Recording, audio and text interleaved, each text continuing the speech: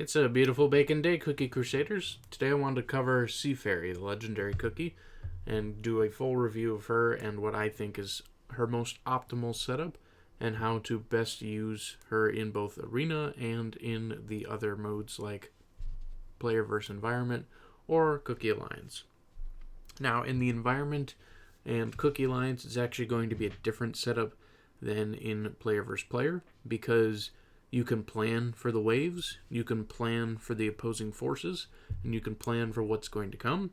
And in most times, in most cases, you're going to want a lot of damage resistance on her, whether you're running Swift Chocolates, Serene, Apple Jelly, or Almonds, because you can run an array of toppings on her and do pretty good overall because she has quite a lot of utility in a lot of different instances. Now, most of you probably already know her abilities, but if you don't, her Water Stream at maximum level can do 150% damage, and then her Water Pillar does 415.1% damage to 5 closest enemy targets, and it's always cookies first before enemies. And then, of course, she has her 3 seconds stun, which is always important, but as far as damage, we focus on the 2 first abilities. Now, the way that I like to personally set her up is because of the monument upgrades and the lab upgrades I have. With Apple Jelly toppings, I'm working to try and get her attack up to 15%, as well as get that critical up to the 69% point, and then I want to get her cooldown to about a 10% point, or damage resistance, because here's the thing. You can either set her up with little to no damage resistance and make her a full glass cannon, which to do that you will need the feather to do, because you will be relying on her getting her first skill and then also getting the feather to get her skill out again. Now, if you're in a high stakes battle and the opponent has too quick of actions, you're going to need damage resistance, otherwise she will perish way too quickly. Because 89,000 health, she has a very low health pool and not enough defense to back up her ability to survive mid-range and back level attacks. So if that is a plan in player versus player, you're going to need the damage resistance. Now, you can still set it up with Apple Jellies and run 30% damage resistance if you're able to roll those substats, because it is hard to get 6% on each topping for damage resistance. But if you can get that, that would be an optimal build there, because then you'll have power and defense. Now, let's say you can't get that. It's too hard to get Apple Jellies with 6% on each of them. Then what you can try and do is at least get some almond toppings set up with higher damage resistance, because she still can exert a lot of damage. And I'll show you that in a minute when I do a battle. But it's important to note that she is going to be powerful in many different ways, so you have to consider what you're facing against before you think about what you're going to be running into that will be your problem.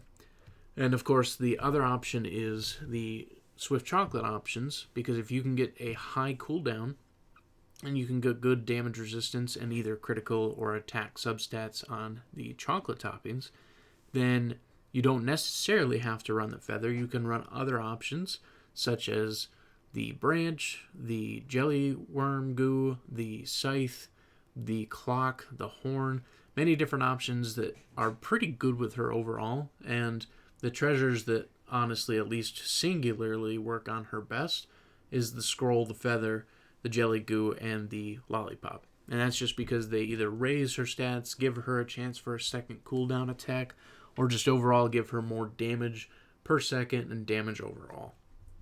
So we're going to go into a battle with the stuff that I have right now, and we're going to change our layout so that we have all the monuments active. That way all possible things that we can have going for the cookie are going.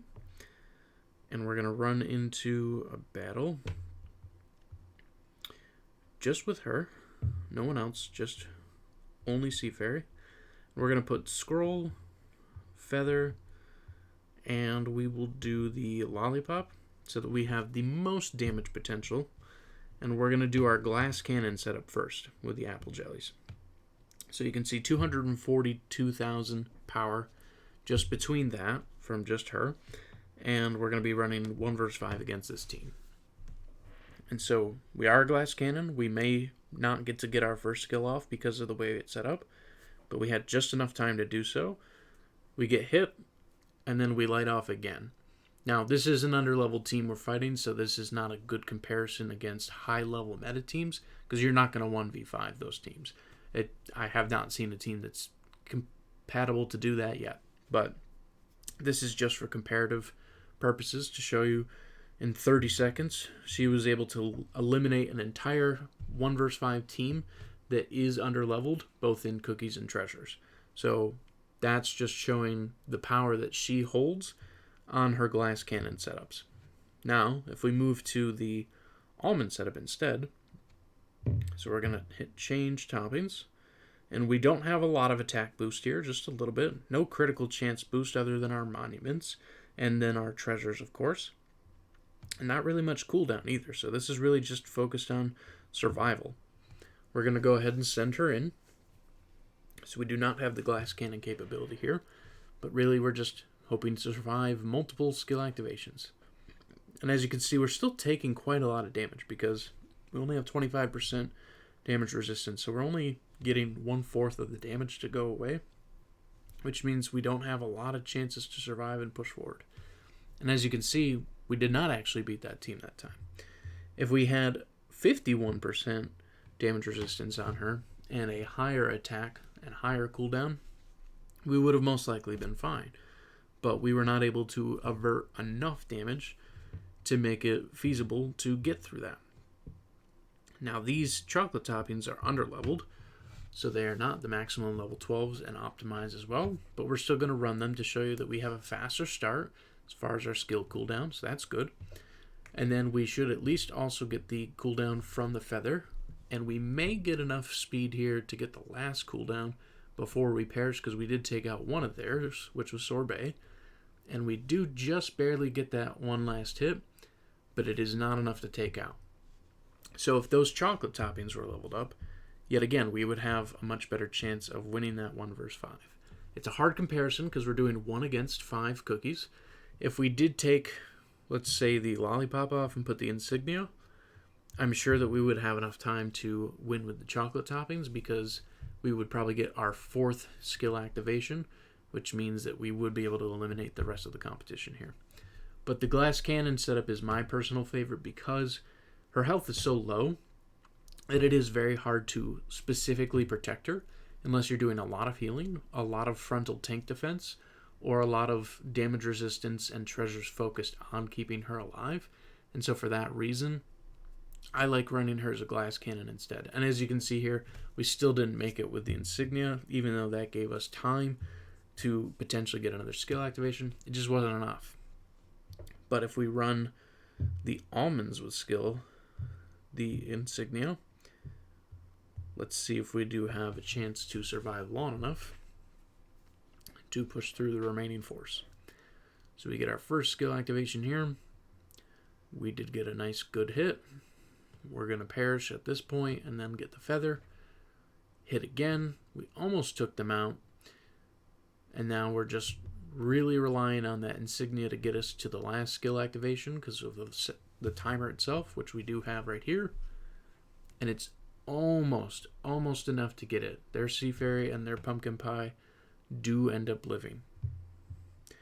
But 2.5 million damage, and that was because we had that many skill activations to get that damage that high, just with sea fairy. No other buffs, no other specific cookies altering her power level, just her power with almonds itself. And so that's why I think it's fun. But is there a specific build you have for sea fairy? If you're not upgraded in the other monuments and treasures and guild buffs and things like that, I would not recommend the apple toppings because you will not get as much critical damage as you would with searing damage.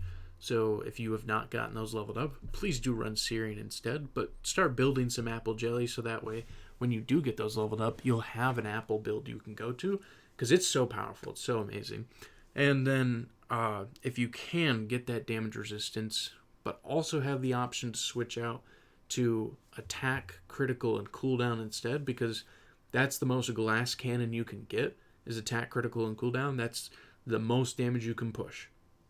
But if you want survivability, attack, critical, and damage resistance is going to be your better setup. 30% is the max damage resistance. It still won't be enough for her to survive some really huge hits. So you need to have a team build that can protect her and the treasures that can protect her, or at least be running the feather with the anticipation that she will be perishing and that you will get the revival and the skill activation again. Let me know your thoughts in the feedback comments. Let me know what teams you like to run her in. Is there a specific build you want to build her as? Maybe you have a whole different topping setup. Maybe you're running candy treasures or the kiwi toppings. Maybe you want to run hazelnuts for critical resistance. I don't know. I'd love to hear it, and I'd love to hear why. Either way, thank you so much for stopping by. Have a good day.